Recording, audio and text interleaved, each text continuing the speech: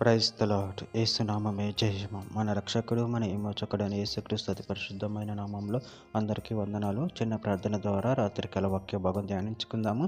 పరిశుద్ధుడ మహాగణుడు అయిన దేవ యేసయ్య, సర్వాధికారినైనా మీకే వేలాది వందనములు, కృతజ్ఞత స్తుతి స్తోత్రం చెల్లించుకుంటున్న దేవ రాత్రికాల సమయంలో ప్రభు వాక్య భాగం ధ్యానిస్తుండగా వాక్య భాగం అర్థమట్లు సహాయం చేసి మీ కృపలో బలపరిచి మీకు మాదిరిగా మమ్మల్ని నడిపించమని చిన్న ప్రార్థన ప్రభువుకు యేసుక్రీస్తు అతి పరిశుద్ధమైన నామములో అడిగి వేడుకుంటున్నాడు తండ్రి. Amen amen. హెబ్రీయులకు రాసిన పత్రిక 4వ అధ్యాయం 1వ వచనము. ఆయన యొక్క విశ్రాంతిలో ప్రవేశించుదామను వాగ్దానం ఇంకా నిలిచి ఉండగా మీలో ఎవడైనాను ఒకవేళ ఆ వాగ్దానం పొందకుండా తప్పిపోదునేమో అని భయము కలిగి ఉందుము. ఆమె దేవుడి వాక్య భాగం దీవించిన గాక. ప్రభు నిందు ప్రియులారా, ఇక్కడ వాక్య భాగంలో గమనించినట్లయితే ఆయన యొక్క విశ్రాంతిలో ప్రవేశించుదామను వాగ్దానం ఇక నిలిచి ఉండగా మీలో ఎవడైనాను ఒకవేళ ఆ వాగ్దానం పొందకుండా తప్పిపోవునేమో అని భయం కలిగి ఉందుము. అదేవిధంగా వాక్య భాగంలో గమనించినట్లయితే హెబ్రీయులకు రాసిన పత్రిక 12వ అధ్యాయం 25వ వచనంలో మీకు బుద్ధి చెప్పుచున్న వానిని నిరాకరింపకుండానట్లు చూచుకున్నది. వారు భూమి మీద నుండి బుద్ధి చెప్పిన వానిని నిరాకరించినప్పుడు తప్పించుకొనకపోయిన ఎడల పరలోకం నుండి బుద్ధి చెప్పుచున్న వానిని విసర్జించు మనము తప్పించుకొనకపోవుట మరి నిశ్చయం కదా. హెబ్రీయులకు రాసిన పత్రిక 13వ అధ్యాయం 7వ వచనము.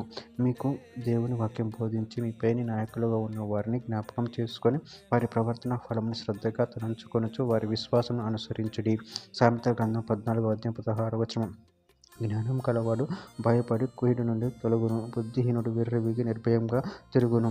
సామెతల గ్రంథం 24వ అధ్యాయం 14వ వచనం. నీ ఆత్మకు జ్ఞానం అట్టిదని తెలుసుకొనుము, అది నీకు దొరికిన ఎడల ముందుకు నీకు మంచి గతి కలుగును, నీ ఆశాభంగము కానేరదు.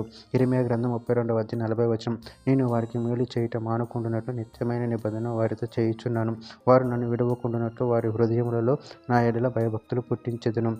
తిమోతికి రాసిన 2వ పత్రిక 2వ అధ్యాయం 13వ వచనము. మనము నమ్మదగిన వారమైనను ఆయన నమ్మదగిన వాడుగా ఉండును, ఆయన తన స్వభావమునకు విరోధముగా ఏది చేయలేడు. ద్వితీయోపదేశకాండం 11వ అధ్యాయం 16వ వచనము. మీ హృదయము మాయలలో చిక్కి త్రోవ విడిచి ఇతర దేవతలను పూజించి వాటికి నమస్కరింపకుండా మీరు జాగ్రత్త పడుడి. మత్తయి సువార్త 19వ అధ్యాయం 30వ వచనం. మొదటి వారు అనేకులు కడపటి వారగుదురు, కడపటి వారు మొదటి వారగుదురు. చివరిగా ఒక మాట. కీర్తన గ్రంథం 2వ అధ్యాయం 11వ వచనము. భయభక్తులు కలిగి యెహోవాను సేవించుడి, గడగడ వణుకుచు సంతోషించుడి. ఆమె దేవుడి వాక్య భాగం దీవించిన కాక చిన్న ప్రార్థన చేసుకుందాము.